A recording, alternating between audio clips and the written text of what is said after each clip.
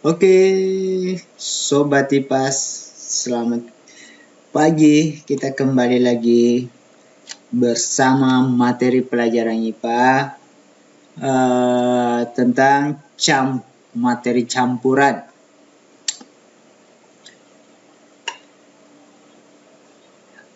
Kalian pernah mendengar kata campuran? Kalau belum pernah, nanti kita akan membahas tentang campuran.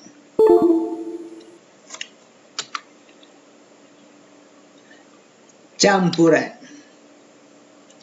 Dua macam campuran, yaitu pertama adalah campuran homogen, yang kedua adalah campuran heterogen. Nah, anak-anak, ini adalah gambar dari campuran. Ini adalah gambar campuran homogen. Oke, lanjut. Campuran homogen adalah campuran yang memiliki komposisi seragam dan tidak dapat dibedakan. Jadi, campuran homogen adalah campuran yang memiliki komposisi seragam dan tidak dapat dibedakan. Campuran homogen banyak kita jumpai dalam kehidupan sehari-hari. Larutan seperti larutan gula, larutan garam, dan sirup merupakan contoh dari campuran homogen. Jadi, larutan gula, larutan garam, dan sirup ini merupakan salah satu contoh dari campuran homogen.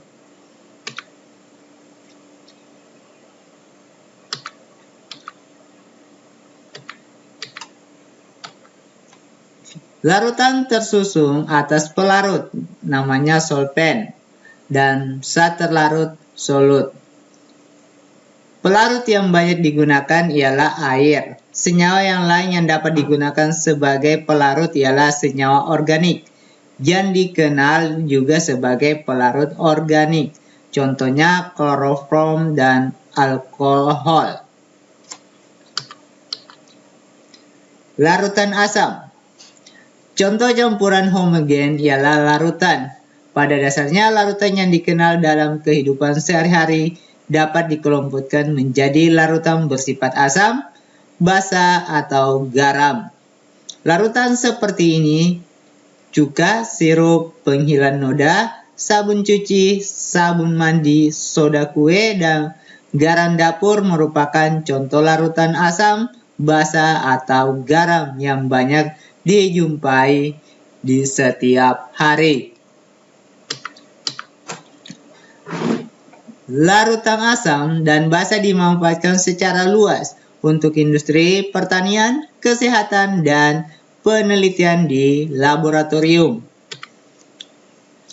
Asam banyak ditemukan dalam buah-buahan dan sayuran, contohnya jeruk, lemon, dan tomat. Pada saat memasak di dapur, tentu kamu mengenal salah satu bahan penambah rasa makanan, yaitu cuka dapur yang mengandung asam asetat. Aki pada kendaraan bermotor mengandung asam sulfat.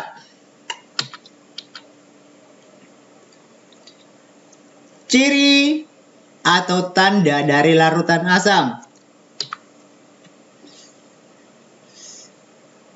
A. Rasanya asam, tidak boleh dicoba kecuali dalam makanan. B. Dapat menimbulkan korosi. C. Mengubah kertas lakmus biru menjadi merah. 2. Larutan basa. Basa merupakan larutan yang banyak dijumpai dalam kehidupan sehari-hari. Contoh benda yang mengandung basa ialah sabun mandi, sabun cuci, sampo, pasta gigi, obat ma, dan pupuk.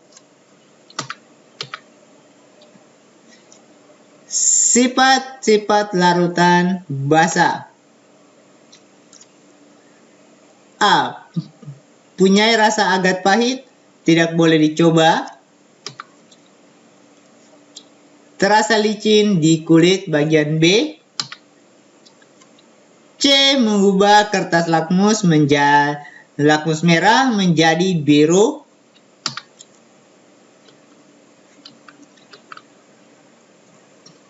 Campuran berikutnya yaitu campuran heterogen.